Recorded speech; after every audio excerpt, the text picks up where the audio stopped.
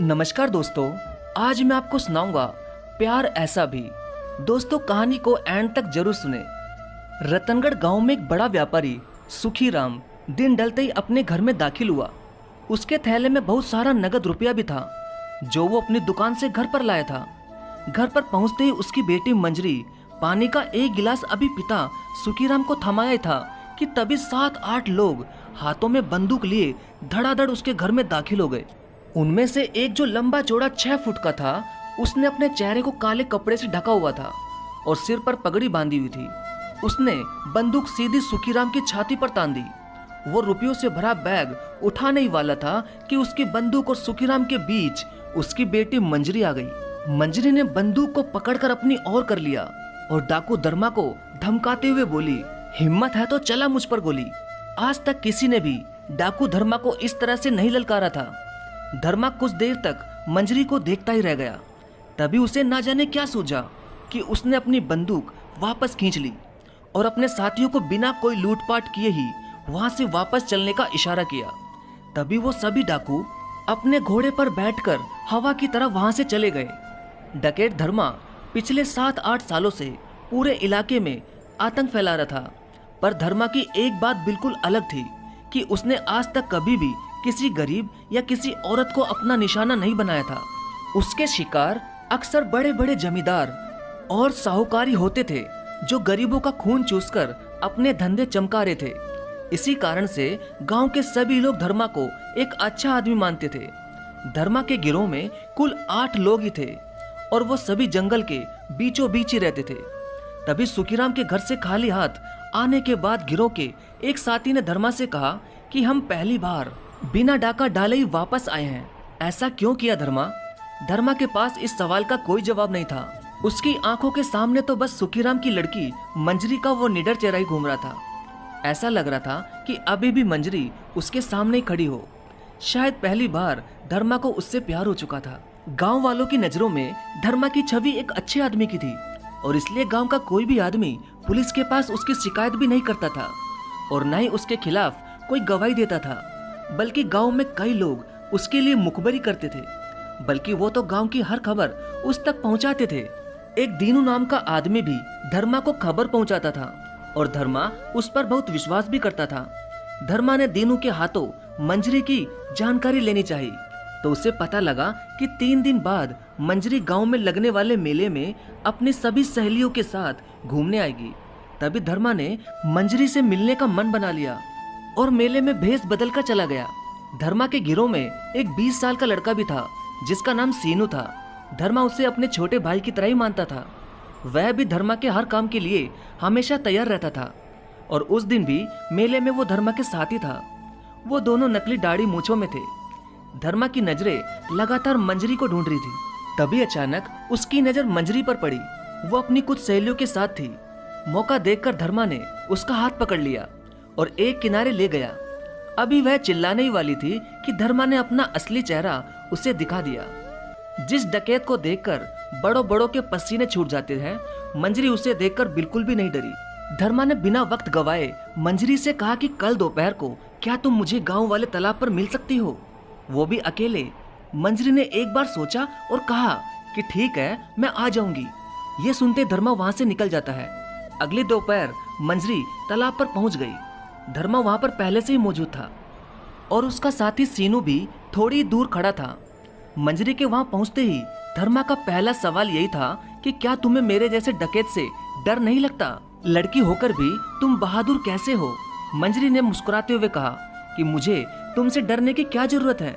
मुझे पता है तुमने कभी भी किसी गरीब या किसी औरत को नुकसान नहीं पहुंचाया और तुम कभी किसी बेकसूर को परेशान नहीं करते। जहाँ तक मुझे पता है तुम एक भले डकैत हो। तभी मंजरी ने पूछा कि तुम मेरे पिता को उस दिन क्यों लूटना चाहते थे? वह तो एक भले इंसान है। धर्मा ने जवाब दिया, तुम्हारे पिता भले इंसान नहीं हैं, बल्कि एक खून चूसने वाले साहूकार हैं। तुम तो मुझे कुछ पढ़ी लिखी और समझदार लगती हो। एक बार अपने पिता के बही खाते देख लेना, तुम्हें सब समझ आ जाएगा। खैर छोड़ो, मैंने तुम्हें यहाँ इसलिए बुलाया है क्योंकि मैं तुम्हें यह बताना चाहता हूँ कि मंजरी, मैं तुम्हें बहुत चाहता हूँ और पता नहीं क्यों तुम मुझे हर जगह नजर आ रही हो। तुम्हारे बिना मेरा मन ही नहीं लगता। मुझे तुमसे बेहद प्यार हो चुका है, क्या तुम मुझ जैसे डकैत से शादी करोगी? धर्मा के मुंह से ये बात सुनकर मंजरी एकदम चौंक गई। मंजरी को धर्मा बहुत अच्छा लगता था, लेकिन उसने कभी ये नहीं सोचा था कि एक डाकू उससे प्यार का इजहार करेगा। लेकिन धर्मा आज डाकू कम एक आशिक ज्यादा लग रहा था, और आज वो डाकू के भेष में नहीं बल्कि एक सीधा साधा इंसान बनकर आया था। वाकई में आज धर्मा बहुत सुंदर और अच्छा लग रहा था, और पहली बार किसी ने मंजरी से अपने प्यार का इजहार किया था। इस बात से मंजरी बहुत ज्यादा खुश हो गई और उसके दिल में भी कुछ कुछ होने लगा। तभी मंजरी ने धर्मा से कहा कि तुम एक भले और अच्छे इंसान हो, मगर हो तो एक डकैत ही, और एक डकैत से मैं कैसे प्यार कर सकती हूँ? बुरा मत मानना धर्मा, तुम्हारे इस रूप से मैं शादी नहीं कर सकती। धर्मा ने भी बिना देर किए ही जवाब दिया, अगर मैं डकैती छोड़ दूं तो मंजरी ने कहा, अगर तुम डकैती छोड़ दो तो मैं तुम्हारे बारे में सोच सकती हूँ। धर्मा ने मंजरी का हाथ पकड़कर कहा कि ठीक है, मैं जल्दी कोई फैसला लेकर तुम्हें बताऊंगा। तुम आज से तीसरे दिन मुझे यहीं तालाब पर मिलना। ये कहकर धर्मा उदास होकर वहां से चला गया। मगर जैसे ही उसने मंजरी का हाथ पकड़ा, न जाने उसे बड़ा ही अजीब सा ही फील हुआ, जैसे उसके तन बदन में एक अलग सा ही करंट सा लगा हो। अब शायद मंजरी के दिल में धर्मा के लिए जगह बन चुकी थी। वापस आकर धर्मा ने किसी भी नए डाके की योजना नहीं बनाई, और वो सबसे डकैत छोड़ने के लिए कहने लगा। उसके गिरोह के सभी लोग आपस में फुसफुसाने लगे कि धर्मा तो प्रेम के चक्कर में पड़ गया, और अब अपने गिरोह का क्या होगा। लेकिन सीनू धर्मा के साथ ही था।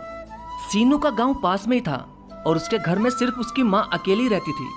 तभी सीनू कहता है कि धर्मा, डकैत छोड़ने की खुशी में चलो आज रात का खाना मेरी माँ के साथ खाएंगे। और वो दोनों ही उसके घर चले गए।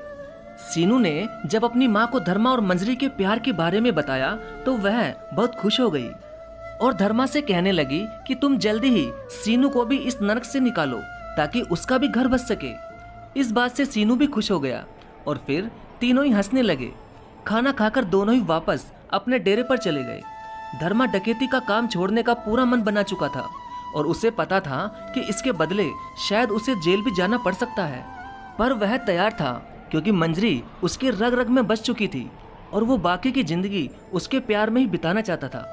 अब धर्मा और मंजरी तालाब के पास दोबारा मिलते हैं, और वो मंजरी से कहता है कि मंजरी, आज से मैंने डकैत पूरी तरह से छोड़ दी है। इस बात से मंजरी बहुत खुश हो जाती है, और वो एक मनचली लड़की की तरह धर्मा के सीने से लिपट जाती है, और वो कहती है, धर्मा तुम दिल के बहुत अच्छे हो, और तुमने डकैत छोड़कर अच्छा किया, क्योंकि मैं भी अब तुमसे प्रेम करने लगी हूँ। पहली बार मुझे भी प्यार हुआ है। दोनों का प्यार अब बढ़ता जा रहा था, और अब रोज ही वो दोनों कहीं ना कहीं मिलने लगे। मंजरी धर्मा को अब पूरी तरह से अपना मान चुकी थी। यहाँ तक कि धर्मा ने एक मंदिर में मंजरी की मांग भी भर दी थी। दोनों बहुत खुश थे। समय बीतता गया। एक दिन मंजरी ने पूछा कि धर्मा, तुम इतने अच्छे इंसान हो, फिर तुम डकैत क्यों बन गए थे? तब धर्मा ने कहा कि एक बुरे जमींदार के पास मेरे पिता मजदूरी करते थे। उस जमींदार के पास मजदूरी करते करते मेरे पिता की मौत हो गई, और माँ भी उस सदमे में चल बसी। फिर मुझे पता लगा कि उस जमींदार ने झूठ की बुनियाद पर मेरे ईमानदार पिता को फंसवा दिया था। बस उस जमींदार से बदला लेने के लिए मैंने बंदूक उठा ली। उसके बाद मैं बंदूक कभी नहीं छोड़ पाया। फिर तुम मुझे मिल गई, और मेरे जीने की इच्छा फिर से जाग गई। एक दिन अचानक मंजरी के पिता को भनक लग गई कि उनकी बेटी धर्मा के प्यार में पड़ चुकी है। उन्होंने कोतवाली में पुलिस को खबर कर दी। 2 दिन बाद जब फिर से मंजरी और धर्मा तालाब पर मिलने पहुंचे, और जैसे धर्मा व सीनू वहां से वापस लौटने लगे, वैसे ही पुलिस ने उनको घेर लिया। वह दिन इतना मनहूस था कि पुलिस की गोलीबारी में धर्मा का साथी सीनू मारा गया। गोली सीधा सीनू के सीने को आर पार कर गई। इसके बाद एक गोली धर्मा के बाजू पर भी लग गई। धर्मा अपनी जान बचाकर जंगल में भाग गया। उसे नहीं पता था कि सीनू मारा गया। उसे लगा कि सीनू कहीं छुप गया होगा। अब घायल धर्मा जैसे तैसे अपने डेरे पर पहुंच गया। धर्मा की ऐसी हालत देखकर उसके साथियों ने उसका इलाज तो किया, लेकिन वे सब आपस में योजना बनाने लगे कि धर्मा तो अब लड़के के प्रेम के चक्कर में पड़ गया।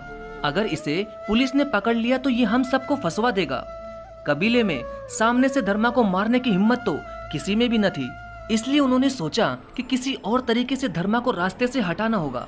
तभी धर्मा को पता लगा कि सीनू पुलिस की गोली से मारा गया, और तभी उसने सीनू के घर जाने का फैसला किया। अपने दोस्त सीनू की मौत के बाद वह एक बार उसकी माँ से मिलना चाहता था। तो जैसे ही धर्मा सीनू की माँ के पास पहुंचा तो सीनू की माँ रोती बिलखती हुई धर्मा को दरवाजे पर ही रोक दिया और खूब रोती हुई कहने लगी कि तू ही है मेरे सीनू का हत्यारा, ना तू उस लड़की के चक्कर में पड़ता और ना ही मेरा बेटा पुलिस की गोली से मारा जाता। चला जा तू यहाँ से, एक माँ की बद्दुआ लगेगी तुझे, तू हत्यारा है मेरे बेटे का। ये सुनते ही धर्मा के सीने में मानो सैकड़ों गोलियां एक साथ धस गई हो। तभी धर्मा आंखों में आंसू लिए बिना कुछ बोले ही वहां से चला गया। तभी उसने मंजरी को तालाब पर मिलने का संदेश भिजवाया तो जल्दी से मंजरी वहां पहुंच गई। धर्मा का सिर भारी हो रहा था और उसका सीना फटा जा रहा था, तो वह मंजरी की गोद में सिर रखकर लेट गया। धर्मा खूब रो रहा था, उसको सीनू की माँ की चीखें सुनाई दे रही थी, उसकी बद्दुआ उसका कलेजा फाड़ने को तैयार थी। धर्मा कह रहा था कि मंजरी, शायद मेरा बचना मुश्किल है, तुम किसी और से शादी कर लेना, पता नहीं मेरी सांसें क्यों रुक रही है। तो मंजरी ने मुस्कुराते हुए कहा कि धर्मा, तेरे सिवा मंजरी अब किसी और की कभी नहीं हो सकती, ये बात याद रखना। तभी धर्मा लेटे लेटे ही मंजरी को अपने सीने से लगा लेता है और उसी समय उसकी मौत हो जाती है।